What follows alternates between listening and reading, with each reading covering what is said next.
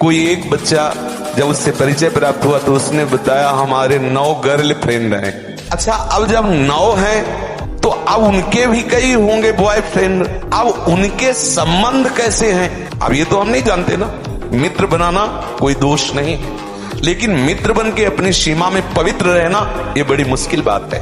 क्योंकि बड़े बड़े साधक जो जितेंद्रियता के मार्ग पर चलते हैं उनसे भी चूक होने की संभावना रहती है। फिर जहां ये प्रश्न ही नहीं है जितेंद्रियता का, जहां साधन का प्रश्न ही नहीं है, वहां पवित्र रहा जा सके, मुझे तो लगता है असंभव। गर्लफ्रेंड बॉयफ्रेंड, आज ब्रेकअप, दूसरे के साथ कल से, ये क्या है? ये क्या है? ये संस्कार है हमारी नई पीढ़ी की, इस पर इसलिए हमारा हृदय जल जाता है।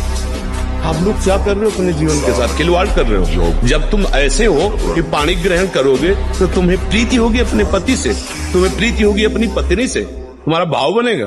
बिल्कुल नहीं बनेगा। पूरी गृहस्थी चौपट, पूरा हमारा जीवन चौपट हो जाएगा। वीर ही अमृत है, वीर त्याग ही मृत्यु है, इतना समझ। ऐसे ऐसे साधक है कि 10-10 वर्ष हो गए स्वप्न दोष नहीं हुआ, 10-10 वर्ष हो गए स्वप्न दोष ही नहीं हुआ।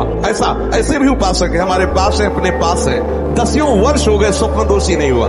तो क्या है, उन्होंने संयम किया, वीर जो है स्थगित हो गया, परिपक्व हो गया, धीरे धीरे ऊर्ध्वगामी होने लगता है। तपस्वी उपासक को चाहिए स्त्री के रूप की तरफ, उसके हास्य की तरफ, उसके मधुवचन की तरफ, उनके संकेत की तरफ, उनके हाव भाव की तरफ, या स्त्री उपासक को चाहिए पुरुष के ऐसे परस्पर चितवन को ना देखे ना चिंतन करे, ना देखे ना चिंतन करे। परस्पर विरोधी शरीर को राग पूर्वक देखना, उनके अंग प्रत्यंगों का चिंतन करना, उनकी बातें करना, ये ब्रह्मचर्य कदापि नहीं रह सकते। जो ऐसे आचरण वाले लोग, ब्रह्मचर्य व्रत में रत रहने वालों को अत्यंत सावधानी पूर्वक अपनी इंद्रियों को दर्शन, संभाषण, चिंतन से बचाना है। देवलोक सहित समस्त देवता उससे नित्य नमस्कार करते हैं जो ब्रह्मचारी होता है, जो भिक्षुक, वीतराग, शारीरिक और मानसिक ब्रह्मचर्य से परिपक्व।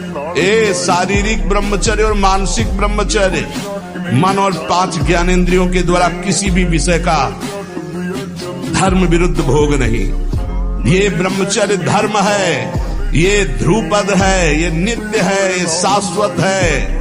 पूर्व काल में कितने महामुनि इससे सिद्ध हो गए, इसलिए वर्तमान में और भविष्य में भी जो शुद्ध ब्रह्मचर्य का पालन करेगा वो परम पद का अधिकारी होगा।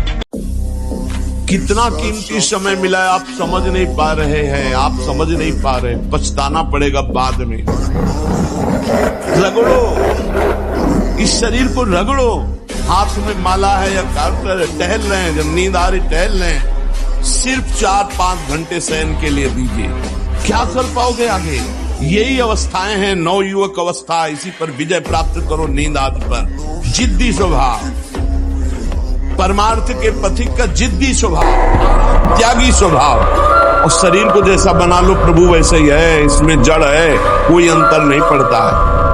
तमोगुण, रजोगुण का विकार, काम, क्रोध, लोभ, मोह, मत्सर, अभिमान, इन शत्रुओं को पराजित करने के लिए, आत्मानंद में स्वराज्य पर स्थित होने के लिए इंद्रियों का संयम, ब्रह्मचर्य अत्यंत आवश्यक है। ब्रह्मचर्य का विमल प्रताप प्रकट होता है, वीरवान बलवान होता है, विद्वान होता है, तपस्वी होता है। ब्रह्मचर्य में अलौकिक अमानुषिक शक्ति जागृत हो जाती है।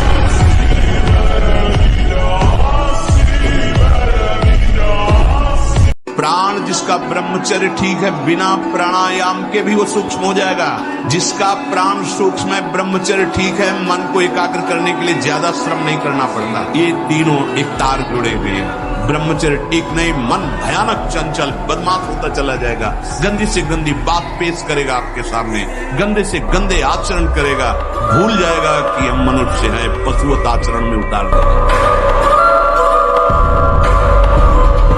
पानी से ही बुझाएं प्यास को, सोडा वाटर, लेमन या ठंडे पेय पदार्थ जो शीशियों में आते हैं, हाँ, ये ब्रह्मचर्य, संयमी, भगवत मार्ग, ये सब चीजें ले भाई। आपको अमृत पान करना है, राधा नाम सुधा रसम रसी, तुम बहुत सावधान। प्रकृति के विरुद्ध चलने से कभी कोई सुख का अनुभव नहीं कर सकता, बहुत सावधान।